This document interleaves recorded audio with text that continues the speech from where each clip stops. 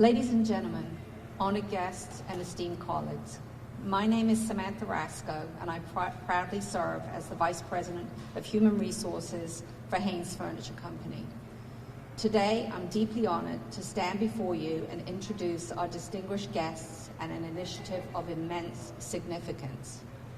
With the support of the Strelitz family and Haynes Furniture Company, we're privileged to host this event. With the presence of our esteemed Attorney General, AG Miyares, along with various state and local officials who will share their insights with you shortly. Together, we've gathered at our premises to cast the spotlight on a matter of most importance, the battle against labor and human trafficking in the state of Virginia. Our commitment to both Attorney General Miyares and to our communities is resolute. We've pledged to launch a comprehensive educational campaign for all of our associates here in Virginia with a specific goal in mind, to ensure that each and every one of our associates possesses the awareness and information necessary to actively combat labor and human trafficking within our community. Through this initiative, we aim to empower individuals with the knowledge to recognize potential trafficking incidents and promptly report them to the appropriate authorities. A simple yet powerful see something, say something approach. Haynes and its dedicated associates consider it a profound privilege to be a part of this vital humanitarian effort. We stand ready and committed to make a significant difference in the fight against labor and human trafficking in the state of Virginia. Fighting human trafficking is a priority for our Attorney General Miyares. His office has pushed bipartisan legislation to raise awareness for human trafficking and create new training resources for first-year college students, hospitality workers, and is an active participant on human trafficking task forces across the state.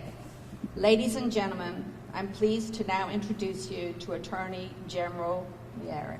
Thank you.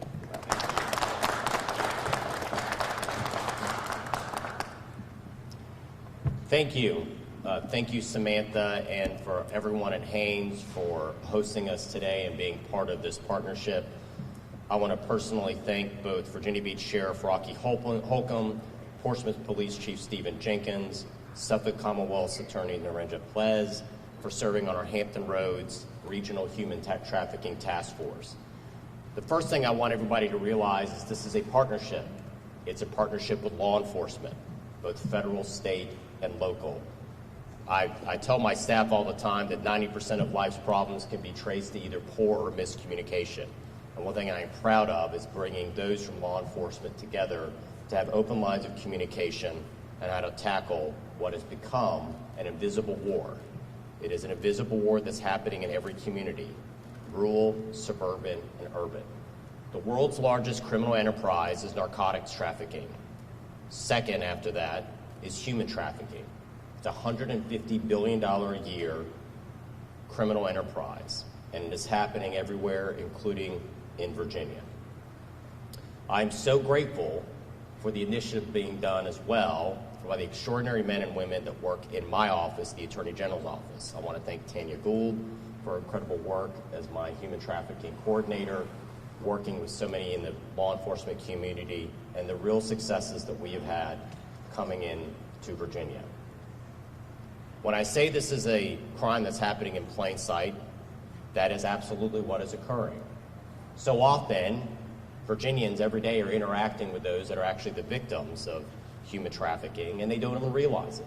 For example, over 80% of those that are being trafficked have actually, for example, visited a medical provider while they're being trafficked. In other words, that individual sitting next to you in the doctor's office or the patient first or the nurse's waiting room, they're actually a human trafficking victim. And those medical providers don't even realize it, or the person that you're serving at the restaurant or at the restaurant counter or at the hotel, you may not even realize it. And so what we've realized from our discussions with some of these fine individuals here on this stage is we need partners in the private community to be the eyes and ears for us, because so many of these cases happen because somebody saw something and they said something.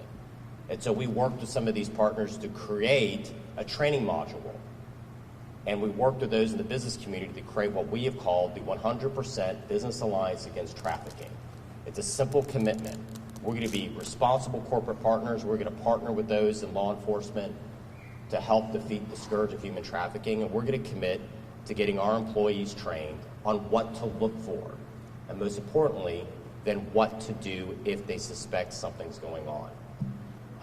I'm so grateful that we already have interested corporate partners like Mike and Corey at Chick's, who run Chick's Oyster Bar, and The Porch, which are two of the most popular watering holes in Virginia Beach, that their employees would be those partners of law enforcement, of knowing what to look for, and then what to do. And it could be as simple as if you see something hitting #77 on your cell phone, you text #77, put in VSP for Virginia State Police, and you give us a tip, what you see and where you saw it. About 60% of those that are trafficked for sex. About 40%, it's labor trafficking. So it is both what to look for.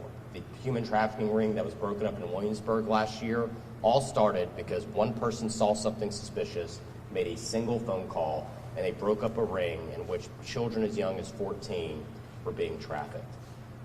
In Virginia, we've had close to 400 children that have gone missing in 2023 alone.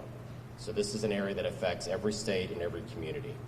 And so I'm pleased today that we talk about getting these partners in the business community to partner with the Attorney General's office on this 100% Business Alliance Against Trafficking. I am so pleased to announce today that a partnership with the Attorney General's office and the Hampton Roads Chamber of Commerce, they will have their employees trained, and most importantly, they're going to encourage their very, very wide network of businesses that are part of the Hampton Roads Chamber of Commerce to also get their employees trained as well. And so without further ado, I would like to introduce my friend, a fantastic leader of the Hampton Roads Chamber of Commerce, its president, Mr. Brian Stevens. Well, thank you, General Miyares. Thank you very much. As he said, my name is Brian Stevens, and I have the distinct privilege of serving this region as the president and CEO of the Hampton Roads Chamber. We are a regional chamber of commerce, which means we represent the entire business community throughout the region. And we have a couple of roles to play in this region. First and foremost, we work to set the conditions so that businesses in the region can be a success. We also work very hard to enhance our economy and to improve our quality of life. Now, if you think about all three of those objectives, this initiative from the Attorney General's office supports all three of them. It helps the business community, it helps our economy, and it helps our quality of life. And oh, by the way, it seems to me it's just the right thing to do for the right reasons, because we're talking about victims here that we have the ability to help. And I truly believe in what I call the power of collective impact. And what I mean by that is there's close to 50,000 businesses in Hampton Roads, over 800,000 in the labor force. Just think of a large percentage of them took this training and were able to identify and subsequently report cases of human trafficking. We could eradicate it right here in Hampton Roads. And so I pledge to the Attorney General's office, and I pledge to you all today, that the Hampton Roads Chamber is first of all going to have all of its employees trained, but probably more importantly, we're going to push this program out to those 50,000 businesses that I was talking about, and we're going to encourage them to make this program part of their professional development training for the year. Every good company should have a professional development program. Make this part of it. The other cool thing about this to our employees, it's free. You don't have to pay for this. So every company, every business in Hampton Roads should be jumping on this. I think that we should do the right thing for the right reason. And General Miyares, I want to thank you for your leadership in this area. Thank you very much. God bless you. Now, I'd like to introduce, we're only as good in many ways as our local prosecutors that we can work with. And for years, there was a bumper sticker that the Virginia Association of Commonwealth Attorneys had that said, Commonwealth Attorneys, the only thing between jail and a catch and release program. Well, I'm pleased to have us join for a few words, a member of our Hampton Roads Human Trafficking Task Force from Suffolk, the Suffolk Commonwealth's Attorney, Ms. Narendra P.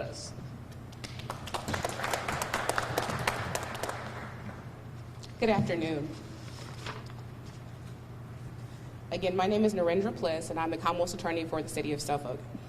I'm here today to support the efforts of Attorney General Miyares to address human trafficking in Virginia.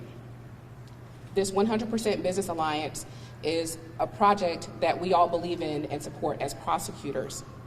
My office believes this to the extent that we joined the Hampton Roads Anti-Human Trafficking Task Force in 2023. And we're excited today to join with the Attorney General's office and local businesses to help keep our citizens safe. Thank you to Haynes Furniture and to the Chamber for supporting this mission.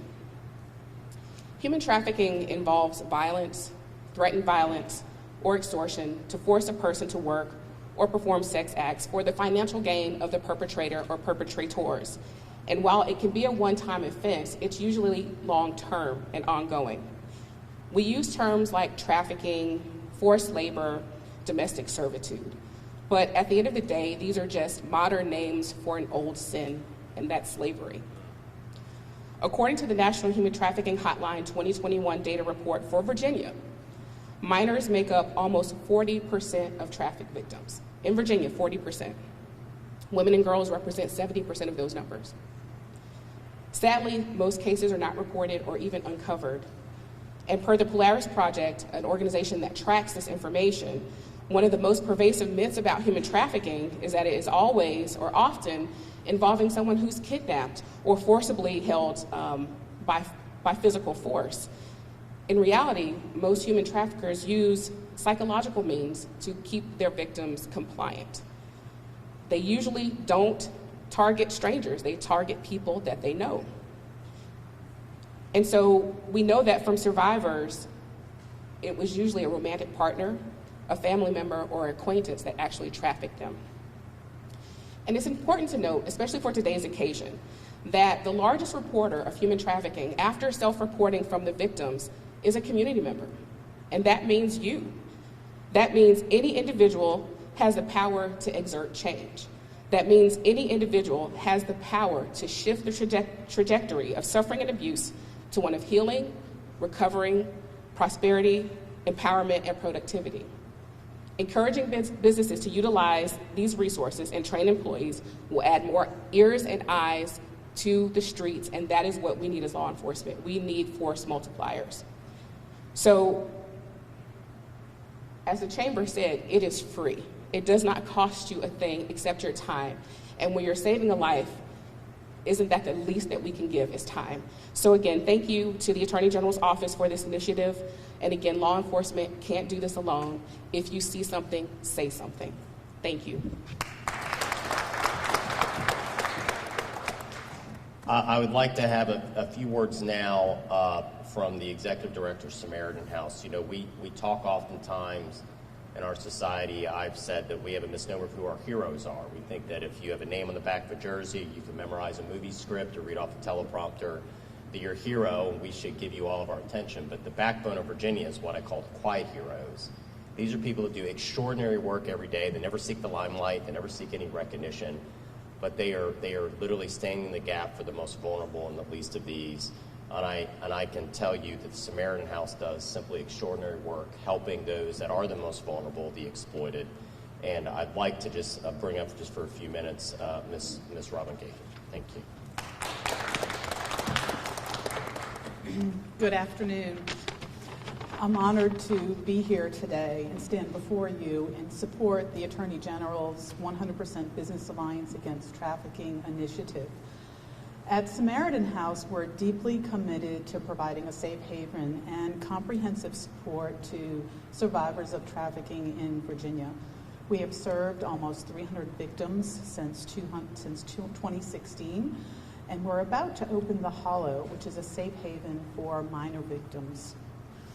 The Attorney General's vision of mobilizing the business community in this initiative reflects a profound understanding of the need for a multifaceted approach to address human trafficking in Virginia. By forging alliances and leveraging resources, we can create a formidable network of protection and offer hope for those that are affected. It's a crucial step forward in our collective fight against this grave injustice. By engaging the private sector, we can raise awareness, prevent exploitation, and extend support to survivors on their path to health, healing, and empowerment. I urge each and every one of you to join us in supporting 100% Business Alliance Against Trafficking initiative. Together, we can work towards a future where human trafficking is eradicated and every individual has safety, dignity, and opportunities that they deserve. Thank you for having me today and for assisting us in a shared mission to end human trafficking.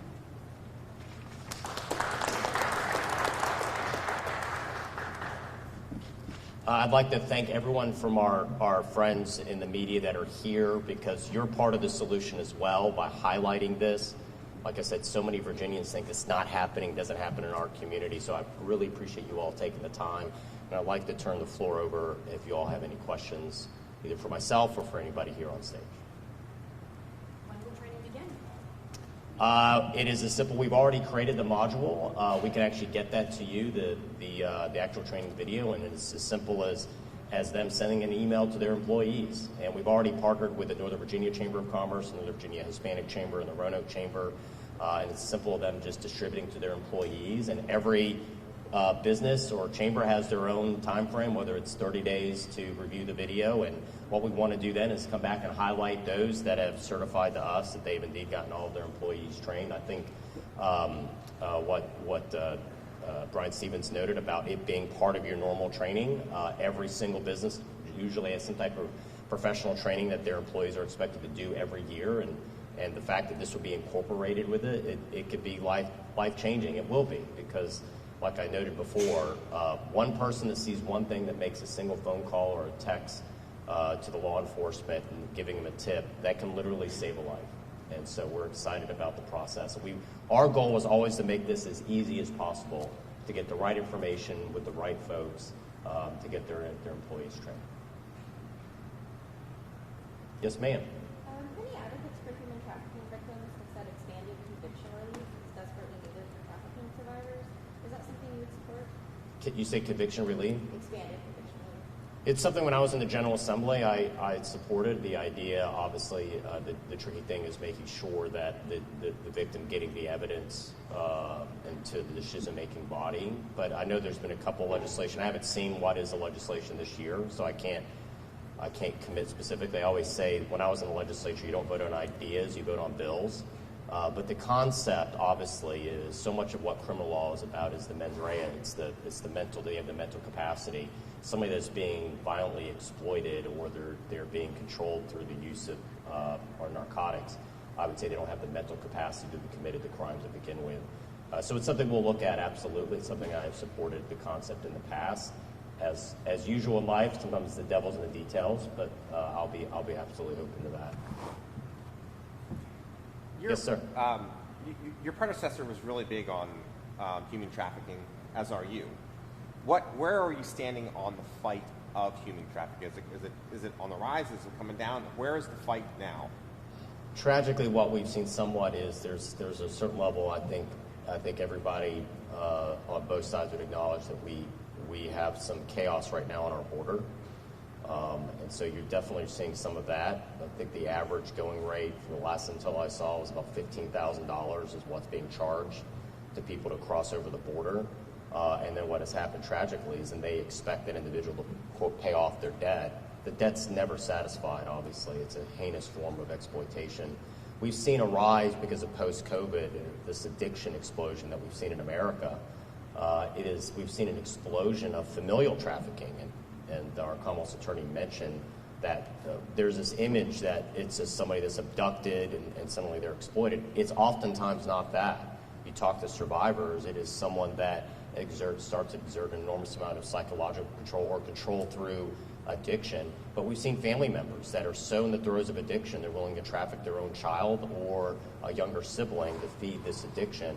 And so there's so much about this that there's a perception the public has that does not. But I would say this, because of, I think, some of the chaos that we've seen right now on our border, and then also the rise of addiction, the addiction crisis we've had, I think tragically nationwide human trafficking has been on an upward trend. And so what we're trying to do is mobilize all the resources, state, local, federal law enforcement, and then obviously the business community to be part of the solution as well. I think you're going to see a variety of different bipartisan pieces of legislation this session that are going to be discussed. For example, when the trafficking ring got broken up in Williamsburg, one thing that was recognized is this really couldn't be brought in state court because our anti-labor trafficking laws aren't as strong as federal anti-labor trafficking laws. So you're going to see bipartisan legislation this session to strengthen our state anti-labor trafficking laws. You're going to see enhanced penalties on the buyers that are so much of the drivers of this as well. And then, believe it or not, in Virginia right now, trafficking a minor is not considered a violent crime. So we want a clarification in the code that it's considered a violent crime. And I would say this is a bipartisan issue. I think both Republicans and Democrats are coming together on this issue. I think you could talk to these two fine gentlemen in law enforcement. They will tell you, if you're in law enforcement, there's few things you loathe more than those that exploit minors and children. It's what gets them up in the morning, and gets them motivated. And so again, I commend just the partnership that we've had with law enforcement from the beginning on our multiple different efforts. Could you give an example of the training? Like Right. if somebody's at home watching, maybe something that they could Right. watch out for. Well, one of it is if you're an individual, like, okay, what do I look for? Is it somebody that's an unaccompanied minor? Does not seem to be that this is their parent. Do they lack a form of identification? Are they disheveled? Do they fail to make both eye contact, refuse to give their identification? Look for neck tattoos. Some of these traffickers, to try to exert control over their victim, they will literally brand them with tattoos to make the victim feel like they're somehow, quote, the property of this individual. Those are the things to look for. That's why I'm so grateful for Mike and Corey at Chicks. So many of these traffic victims are going out. They're going out to eat. They are actually out in the public. They're seeing a medical provider. They're going to a restaurant. So if you're a waiter at Chicks or you are a server at a restaurant, what to look for? These are some of the things to look for. And again, it is as simple as hitting #77 on your cell phone, put it VSP for Virginia State Police, and then give us your tip. And what I would say for my friends here in the media is it'd be great if you put that graphic up on screen. If you suspect that you see a human trafficking victim, if you're in a neighborhood and you see an Airbnb and you see a steady stream of candidly men coming in and out of a 48-hour rental, that could be a sign. And it's a simple phone call to police to do a wellness check and keep an eye out. So we're really asking the public. I'm so grateful again for Brian Stevens and the Hampton Roads Chamber of Commerce. We're looking for partners. We're looking for partners to work with us to train their employees what to look for and then what to do if you suspect something. It does not have to, the information is a lot of it's just common sense. It's just when you hear it, you recognize, okay, now I know what to look for. Now I know what to do if I suspect something. Yes, sir. Obviously, you'll have people watching these newscasts that aren't a part of these businesses, whether they're retired or whether they're unemployed. Is there any way that they can get involved in the training or find it online anywhere if they're interested in? Yeah. We are discussing about just uploading the video on YouTube. It's about a 30-minute training video, and I think that's something we will do, and we'll link it through our AG's website. So if they go to ag.virginia.gov, we will put that we'll put that on the website. Yeah. You mentioned a statistic earlier about 400 children going missing in 2023. Is it reasonable to think that even a percentage of these children have been trafficked? Well, it's 371 is the exact number, and for people to understand, those are not 371 that are being trafficked. Tragically, sometimes it is estranged parents that take a child without permission to just go into hiding. We've had 42 that have gone missing in Newport News alone in 2023, 16 in Virginia Beach, 17 from Chesapeake, 31 in Hampton, and 3 from Suffolk. Every case is different. Every case is unique. But yes, statistically speaking, a child is probably being trafficked. We do tell our parents, it has been stressed that so much of trafficking now is for people that actually know the victims. But listen, parents need to be protective of their kids on social media. Your child is much more likely to meet a sex predator online than they ever will in their neighborhood. So making sure if you haven't had that discussion with your child, you need to. Never give your home address out.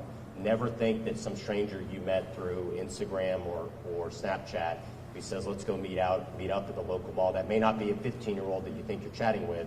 It could be a 50-year-old that's there with nefarious purposes. And so a lot of it is parents need to have those conversations with their kids. We generally, it's a whole separate issue we really stress is internet safety for parents, because a lot of parents feel overwhelmed. But so much of this, what we want to really stress is the image of human trafficking is the trafficker comes in and takes a child away in the middle of the night, and then that exploits them. The reality is most of them are individuals that have built over time a relationship, and they are exploiting them, or they dealing with addiction. They're exploiting a family member trying to feed their addiction, or it's labor trafficking, in which they are going after and requiring foreign nationals that are here to, quote, pay off their debt for being brought over the border. And so it takes a lot of different forms, a lot of different faces, and that's what we're trying to emphasize to the public. Last question. Okay. All right, I just again want to thank these fine men and women standing behind me. I want to thank Haynes for being part of our solution, and I want to thank you all, our dear friends here in the media that can highlight this issue. Thank you all. God bless.